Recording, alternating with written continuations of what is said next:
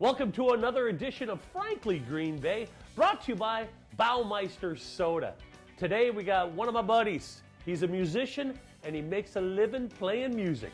Ladies and gentlemen, Mr. Pat Schorr.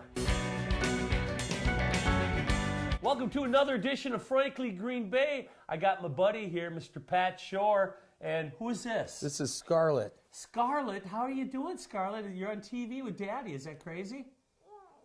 It is. It is. Hey, let's go way back. I mean, you're a musician that's been around for a little bit. I mean, you're a little lot younger than me.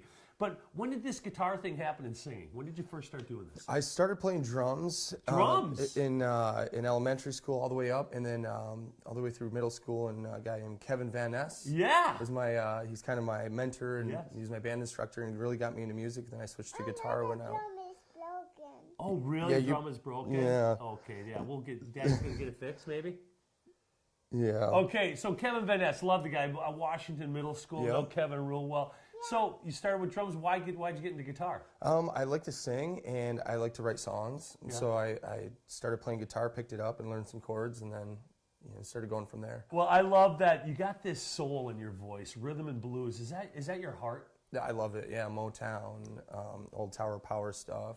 And when did you start getting in the band scene then? When I was about 22, around with buddy Augie Barnhart from the Muddy Yeah. Udders and Liver Killers.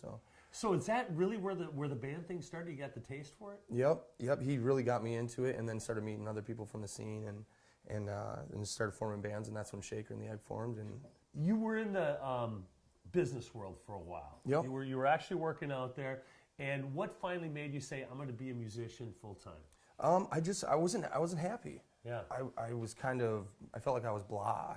Like Yeah. I wasn't getting my thrill in life. So I said, you know what? I'm just gonna go for it and have some fun. I don't care if I take a pay cut. I'm just gonna be like, I'll give it a shot. And it's been a good about 10 to 12 years. Pat, I've been following you for a while, man, and I just caught up with you the other day and asked you to come down here. Music is so important to you. So you're taking all that money and you're throwing it in a back room or something now that you're making? yeah, it's going to the little ones, and it's great to be able to make a living doing it, and being a dad. And being a dad. Let's talk about how many kids you got. I have two. Scarlett is almost 3, and Henry is 2 years old. Oh my God, a young family, so great. Do you write songs for them? I do.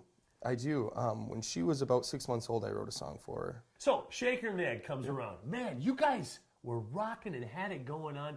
You're playing all over. Yeah, having a lot of fun. Were you going statewide, or how far did you travel? We traveled regionally. We hit up Indianapolis, Cincinnati, Chicago area. Kind of cycled through that a couple times a year, and then a lot in Milwaukee. But a lot of our most fun shows have been just in town in Green Bay. Oh my God. Did you write all those songs? We released an album. I got it. Yeah, and we have about 12 songs that we've written. Okay. And so you got this solo thing going. Let's talk about the projects that you yourself are doing right now. What do you got going on?